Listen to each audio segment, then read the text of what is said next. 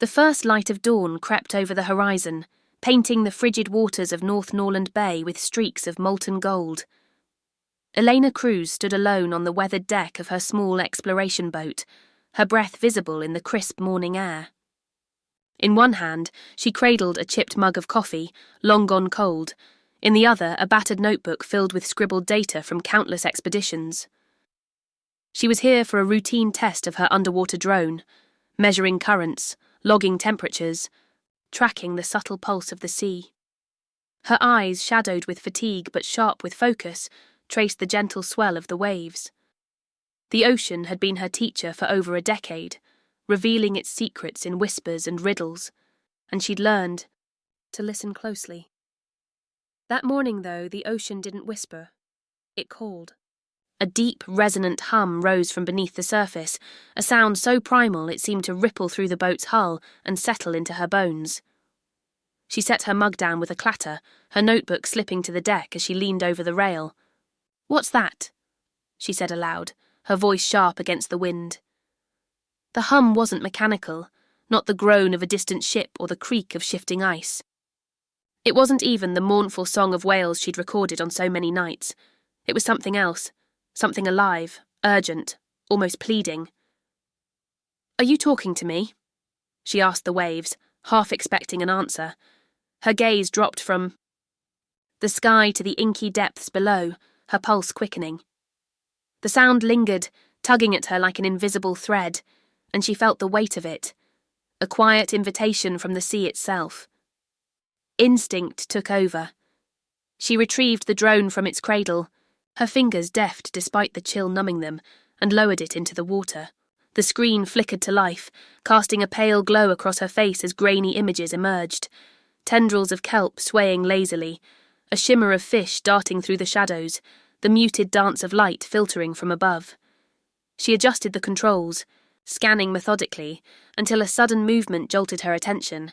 A young seal pup burst into view, its sleek form cutting through the water with frantic energy.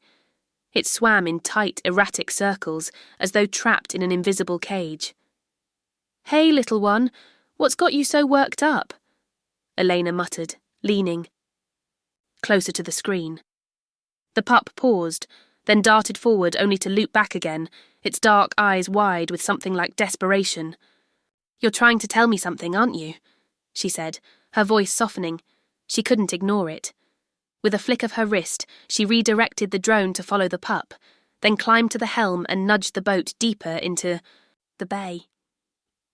The water grew darker, colder, as she ventured past familiar landmarks, a jagged outcrop she'd nicknamed the Sentinel, a cluster of rocks where gulls often perched. The hum grew louder, vibrating through her chest, guiding her. Like a beacon. Ahead, shrouded in morning mist, the mouth of a small cave emerged, its edges softened by years of relentless tides. She slowed the boat, her breath hitching as the drone's lights pierced the gloom within. The screen revealed a sight that stole the air from her lungs, a massive sea turtle, its ancient bulk suspended near the surface, utterly still. A snarl of plastic netting clung to its shell, interwoven with clumps of seaweed and fragments of debris, a grotesque shroud. But what rooted her in place was the seal pup. It hovered just beyond, its gaze locked on the turtle, unwavering. "You led me here," she whispered to the screen, her voice trembling. "You knew. Was it alive?" Elena couldn't tell from the boat. Her mind raced, weighing the risks, but her body was already moving. She yanked her diving gear from a locker, the worn straps familiar under her hands, and pulled it on with practiced speed. The water hit her like a shockwave as she plunged in, the cold seeping through her suit and clawing at her skin. She kicked toward the turtle, her flashlight cutting through the murk. Up close, it was even more imposing. Its shell spanned wider than her arm span, etched with the scars of decades, maybe centuries. She reached beneath it, her gloved fingers trembling as they brushed against its rough underside. "Come on, give me a sign," she murmured, holding her breath. Then faintly she felt it, a slow, faltering pulse. "You're still here," she exclaimed, her voice bubbling through her mask. Relief flooded her, but it was fleeting. The Turtle was weak, its breaths shallow and laboured. She surfaced, gasping, and hauled herself back onto the boat. Her hands shook as she grabbed the radio. Rescue Centre. This is Elena Cruz. Emergency in North Norland Bay. Large turtle. Entangled in plastic. It's alive, but barely. Get here fast. Static crackled, then a voice cut through. Copy that, Elena. We're gearing up. ETA 30 minutes. Can you keep it stable? She glanced at the turtle, then at the darkening sky. I'll try, she replied, her tone firm despite the knot in her stomach. Clouds were piling up, heavy and dark, the wind sharpening into a howl. The storm was coming, and it wouldn't wait. She couldn't abandon the turtle now. Grabbing a utility knife, she leaned over the side and began hacking at the netting. Hang in there, big guy, she said between cuts, her breath ragged. The plastic was stubborn, fused with salt and time, and each slice drew a faint, pained groan from the turtle. I've got you, she added, her voice cracking as the waves rocked the boat beneath her. The rescue team arrived as the first raindrops pelted the deck, their larger vessel cutting through the rising swell. Elena, you're insane for diving in this weather, shouted Jonas, the team's veterinarian, as he leapt aboard. She grinned weakly. Had to, it's still breathing. Extracting the turtle was a grueling ordeal. The caves narrow, mouth forced them to work in shifts, battling the tide that threatened to slam them against the rocks.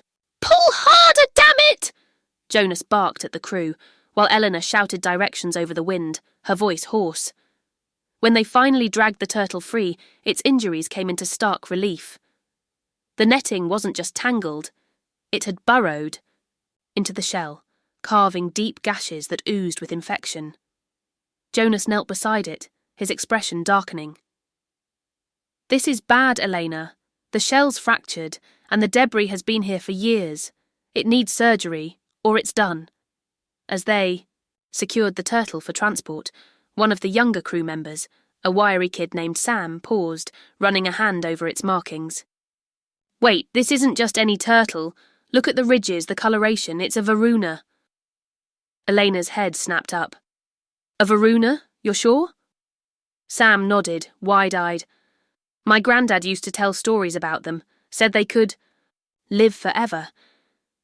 She'd read about them in old journals, heard whispers from grizzled sailors. Varuna, a species so rare it bordered on legend, their shells bearing the maps of forgotten seas. Her throat tightened. Then we're not just saving a life, she said to Jonas, her voice low. We're saving history. He met her gaze, nodding grimly. Let's hope it's worth it. Soaked to the bone, her hands raw from the ropes. She stared at the turtle's clouded eyes and thought, You've seen so much. We can't let you go now. The surgery unfolded in a makeshift tent on a nearby beach, the storm raging beyond the flapping canvas. Elena refused to leave, hovering at the edges as the team worked. Pass me the scalpel, Jonas muttered, his hands steady despite the exhaustion in his eyes.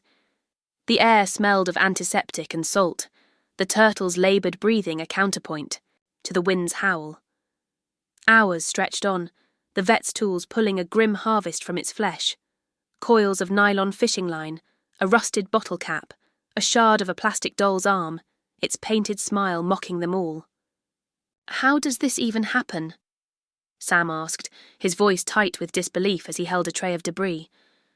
We let it happen, Elena replied quietly, her eyes fixed on the turtle. Varuna's heart faltered 3 times, the monitor's flatline piercing the tent like a scream. Come on, don't give up on us, Jonas snapped, the defibrillator humming as he worked. Elena held her breath, her fists clenched so tight her nails drew blood. When the faint beeps resumed, she exhaled shakily. Nature's been carrying. Our burden's too long, she thought, and still, it finds a way to forgive us. A week crawled by before Varuna was ready to return. The team gathered on the rescue boat, the sea calmer now, reflecting a sky bruised with fading clouds. They lowered the turtle into the water, its movements sluggish but steady. Go on, old friend, Elena said softly, her chest tight with something she couldn't name. Tears slipped down her cheeks, warm against the wind's chill, and she let them fall. Varuna paused, lifting its head to meet her gaze, a long, deliberate look, before slipping beneath the waves. "Take care out there," Jonas called after it, clapping Elena on the shoulder. As the boat turned back, a splash broke the stillness. The seal pup surfaced, right where it had first appeared. But it wasn't alone. 3 smaller seals flanked it, their playful dips and dives weaving a fragile new beginning. "Look at that," Sam said, grinning. "Your little guide's got a crew now." Elena laughed, a raw, broken sound, and whispered, "Thank you," to the sea, to the pup, to the turtle, to whatever had brought her here. A full year later, Elena returned to North Norland Bay, her boat laden with gear for a new research project. The morning was still, the water glassy, when that familiar hum drifted up again, soft but unmistakable. "You again?" she said with a smile, her heart leaping. She steered toward the cave, her hands steady on the wheel, though anticipation buzzed through her. As she neared, she saw it. Varuna, resting near the entrance, its massive form haloed by the rising sun. The blue tag she'd attached during the rescue still clung to its shell, a faint but stubborn mark of their bond. Around it swam a small group of younger turtles, their shells gleaming like polished stone. She killed the engine, letting the boat drift in the silence. "Hey, you," she called out softly, leaning over the rail. Varuna lifted its head, its ancient eyes locking with hers. The hum pulsed faintly, a thread connecting them across time. "You made it," she said, her voice catching, "and you brought friends." One of the young turtles splashed closer, bobbing curiously near the boat. "Guess you're a teacher now, huh?" she added, chuckling. For a long moment they simply watched each other, the weight of that shared gaze carrying everything unspoken. Then she straightened, her tone firm but warm. "I heard you back then, you know. I'm listening now, really listening. We'll do better, I promise." The ocean seemed to answer, its hum softening into a gentle ripple. She pulled her notebook from her bag, its pages worn and water-stained. "This one's for you," she said, writing a single word. "Forgiveness." Closing it gently, she looked back at Varuna. "See you around, old friend," she called, her voice steady with resolve. This wasn't an ending. It was a vow, to listen more deeply, to tread more lightly, and to honour the fragile, resilient world that had called her back.